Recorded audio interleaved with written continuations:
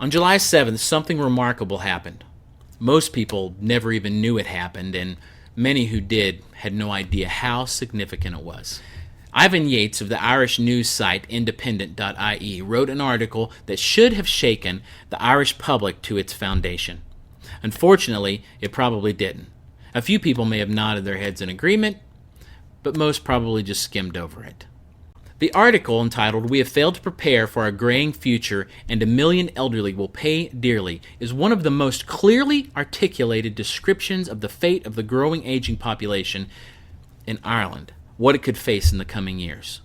In it, Mr. Yates discusses his view of the current and near future state of elder care and how he feels that will affect the 1 million people that will be over age 65 between 2016 and 2046. And according to Mr. Yates, and I quote, "The greatest medium-term challenge to our social system is how to adequately provide for the needs of 1 million extra people over 65 between 2016 and 2046. It's bleak, it's unforgiving, and in my opinion, it's a pretty fair assessment."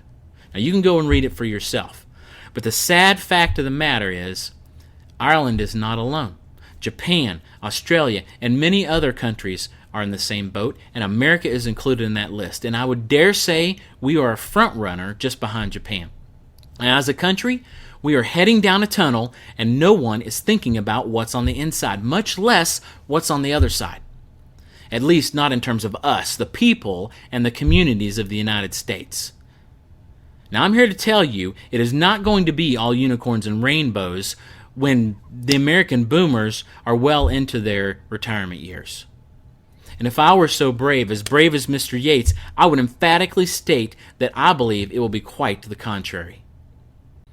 If I were so brave, I would stand up and say in 2050, the U.S. population aged 65 and over is projected to be 83.7 million, almost double the estimated population in 2012. Because, 50% increase is pretty substantial, right?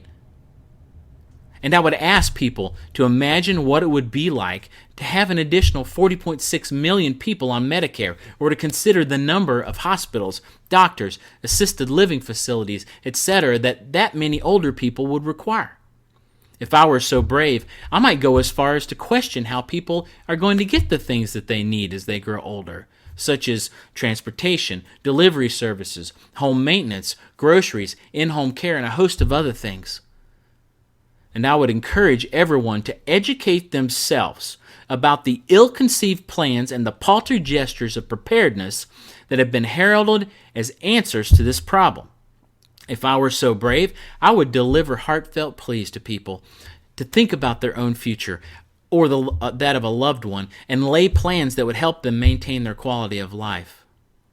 And I would remember that in just a few short years, fewer than I would like to imagine, that I will be numbered among those age 65, and that the future that we are building for the boomers will most likely be my generation's future, and possibly that of the ones coming behind us.